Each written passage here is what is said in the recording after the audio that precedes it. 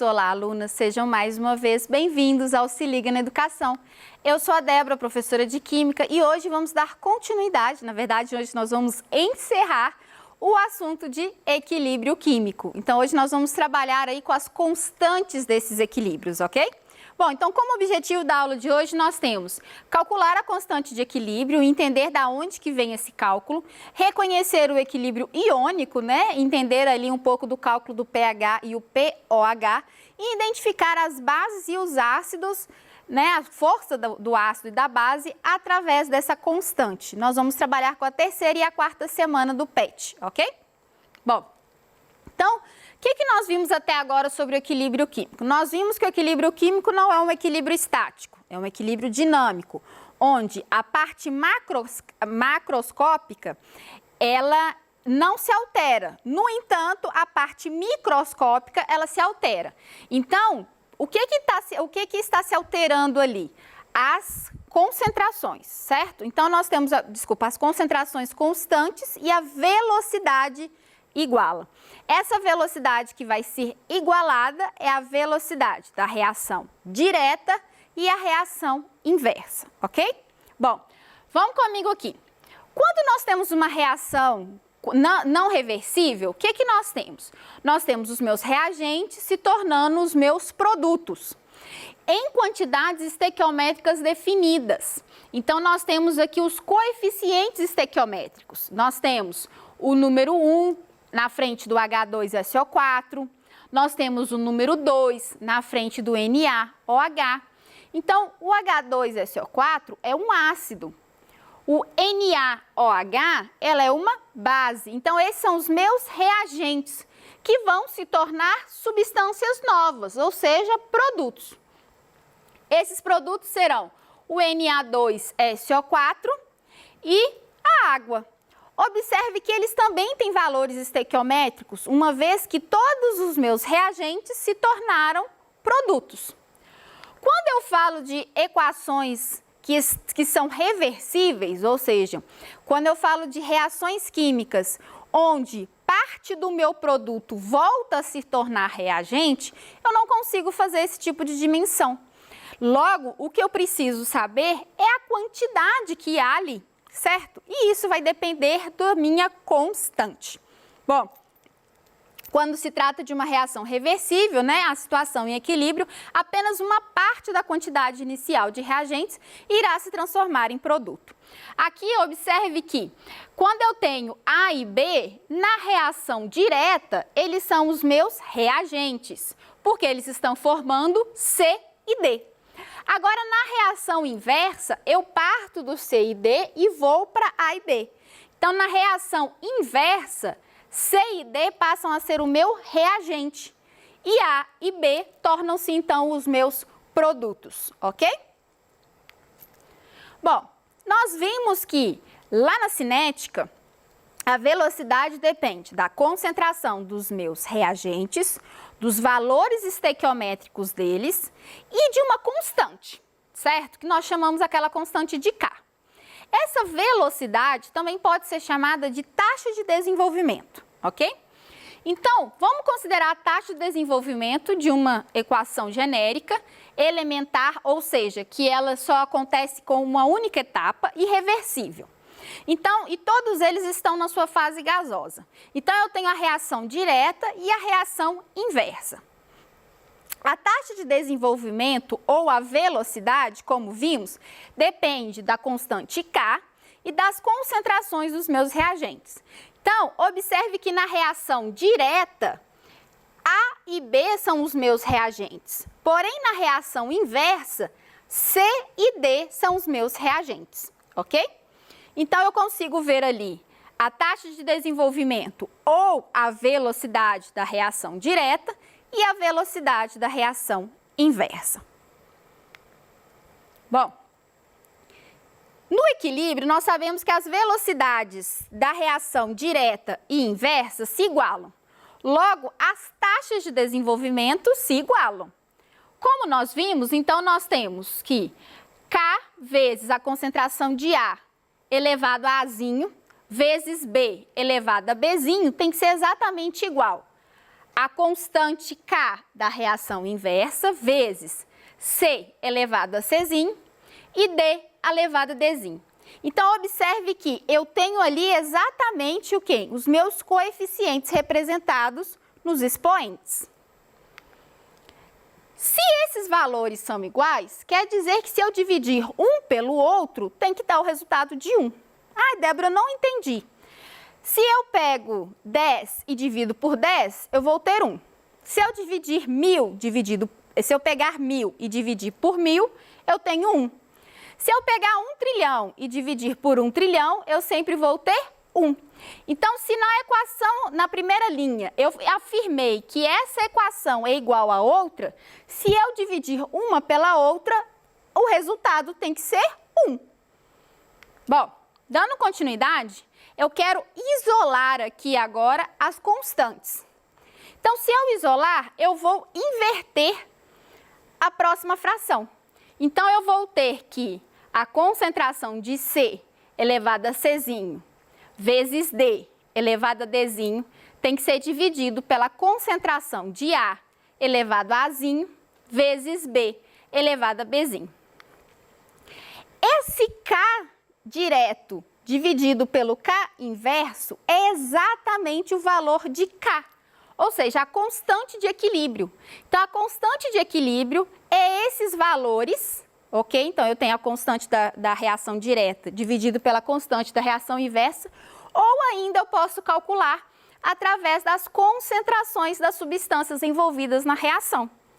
Lembrando que só devem fazer parte dessa expressão as concentrações em quantidade de matéria que podem sofrer variações, como é o caso de substâncias em solução, solução aquosa ou solução gasosa, ok?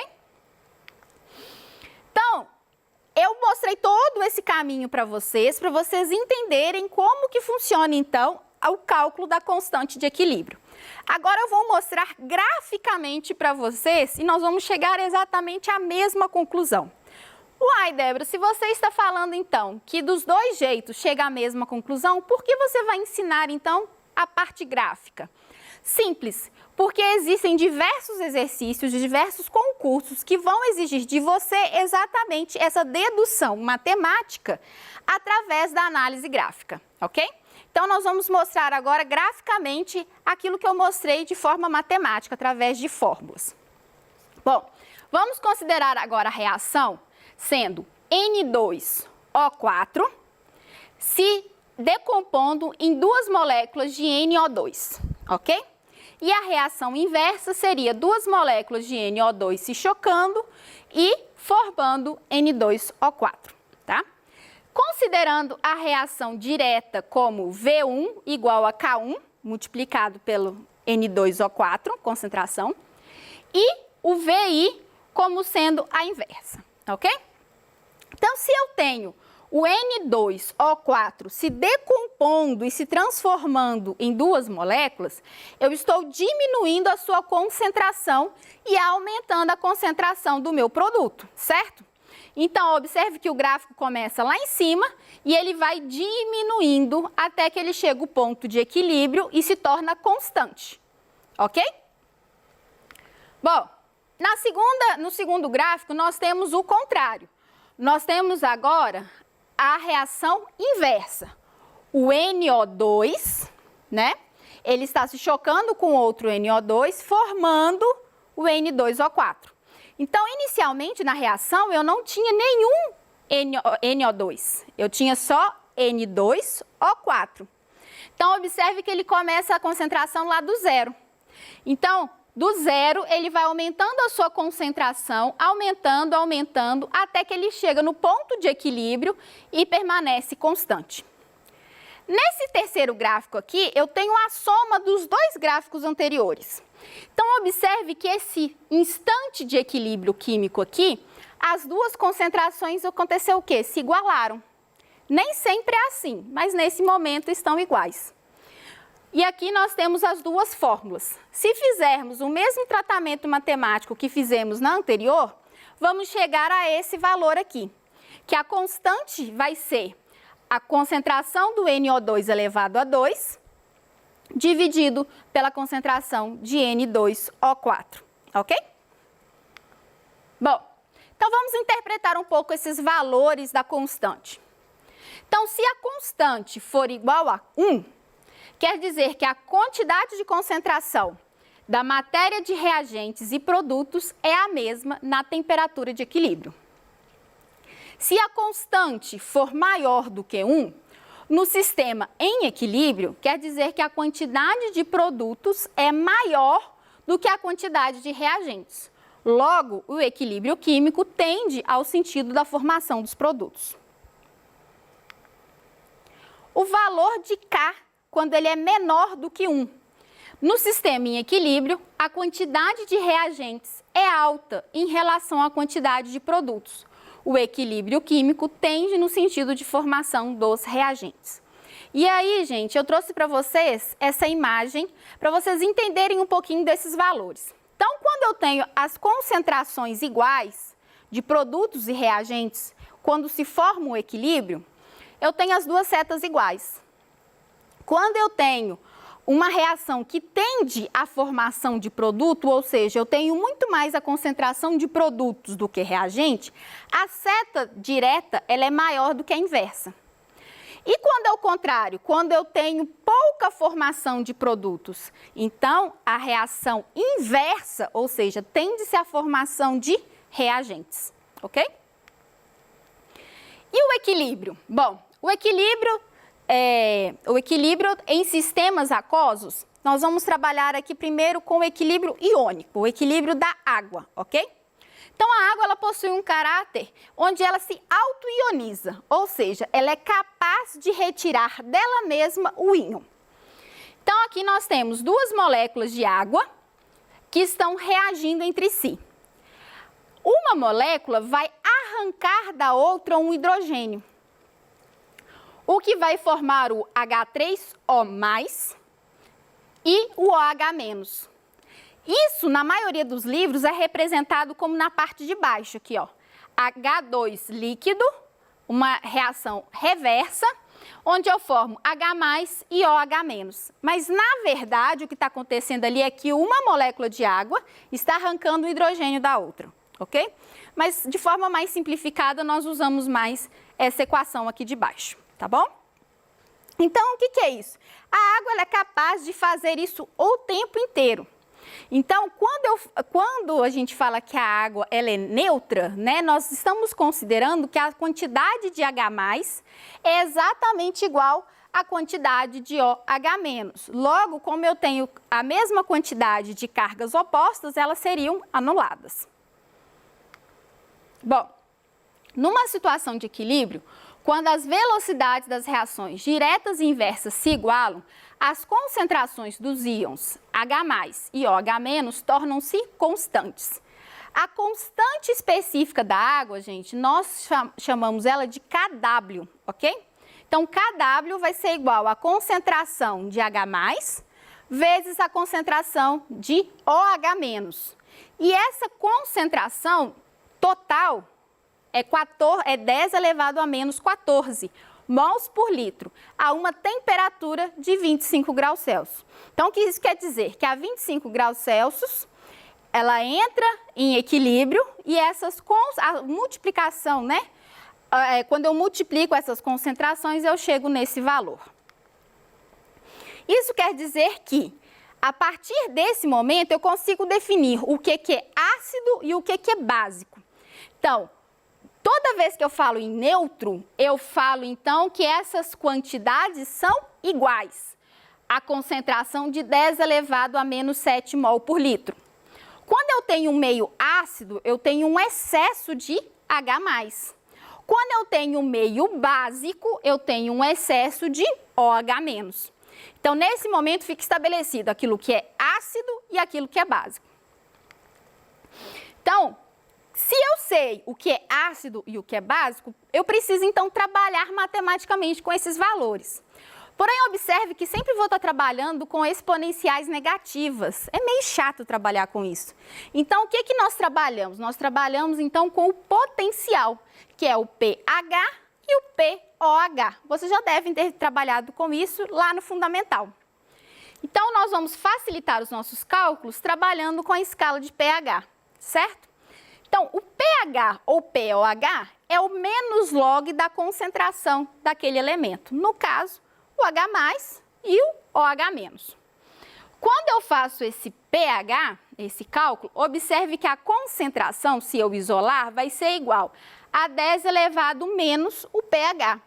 Então, aquele valor que está ali no expoente, ele positivo é a minha quantidade de pH ou pOH. Então, vamos trabalhar aqui nas soluções neutras, ácidas e básicas, tá bom? Nas neutras, nós sabemos que a concentração de íons H+, tem que ser exatamente igual à concentração de íons OH-. Se os dois, exatamente ao valor de 10 elevado a menos 7. Então, se eu fizer esse cálculo, observe que o valor que cada um deles vai ter é 7.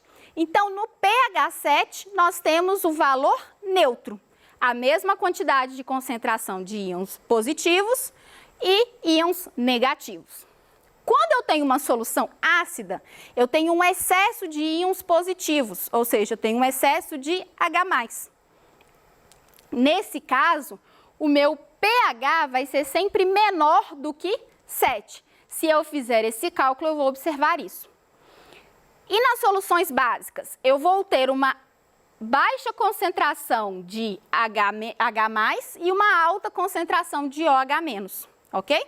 Então, esse baixo valor vai fazer com que o meu pH suba. Então, pH acima de 7 é básico ou alcalino. Aqui nós temos uma figura que vai retratar justamente isso. Então, por exemplo, o ácido clorídrico, o suco de limão, o suco de laranja. Observe que todos eles estão ali na escala, próximo, ali em torno de 1 a 3. Isso mostra justamente o quê? Que eles são ácidos, certo? Do 4 ao 6, nós já temos ali ácidos, mas eles já são um pouco mais fracos, ou seja, uma escala de pH que está muito mais próxima do neutro. Seria a cerveja, o leite e mesmo a água pura, essa água, né, da torneira que nós tomamos, da torneira não, a água potável que nós tomamos. Então, ela é levemente ácida, ou seja, ela não é 7, certinho. Nós temos ainda a parte depois do 7, nós temos o sangue, a água do mar, a amônia e principalmente o NaOH, que é uma das bases mais comuns de ser usada, ok? Então, observe que a nossa escala ela vai variar do 1 ao 14, certinho? O 7 é neutro, tudo que está abaixo de 7 é ácido e tudo que está acima de 7 é básico. E ainda nós temos as constantes de dissociação. O que é isso? Um ácido, uma das definições do ácido é a capacidade que ele tem de reagir e liberar H+, ou seja, ele tem a formação do íon H+. E a base? A base, ela é capaz de liberar OH-. Então, quando eu faço numa reação onde eu tenho ácido e água, eu vou ter o seu Ka, ou seja, a constante de equilíbrio daquele ácido, certo? E ele sempre vai depender da quantidade do íons H+, que ele libera, a quantidade que não se dissociou, dividido pela concentração inicial desse ácido. A base, como eu disse para vocês, ela é capaz de liberar OH-. Logo, a constante de equilíbrio dela é a Kb, é a constante de equilíbrio da base. A mesma ideia que é usada no ácido é usada na base. As constantes Ka e Kb, assim como a Kc, dependem da temperatura. E como que eu sei que um ácido ele é forte ou ele é fraco? Se eu não souber ali o seu pH, se eu não souber ali aquele log, né? O que nós vamos saber? Pela constante eu consigo definir. Quanto maior for a constante, maior, então, é a força ou do ácido ou da base. Então, se o exercício mostrar vários valores de Ka e vários valores de Kb, o maior valor vai representar a constante, né, com valor maior representa um ácido mais forte. A constante mais baixa representa um ácido mais fraco ou uma base mais forte e uma base mais fraca, ok? Bom, eu espero que vocês tenham gostado da aula de hoje. Ficou alguma dúvida? Não deixe de mandar suas dúvidas nos nossos canais de atendimento. Vai ser um prazer trabalhar com vocês no nosso ao vivo e responder elas aqui. No mais, um grande abraço virtual e até mais!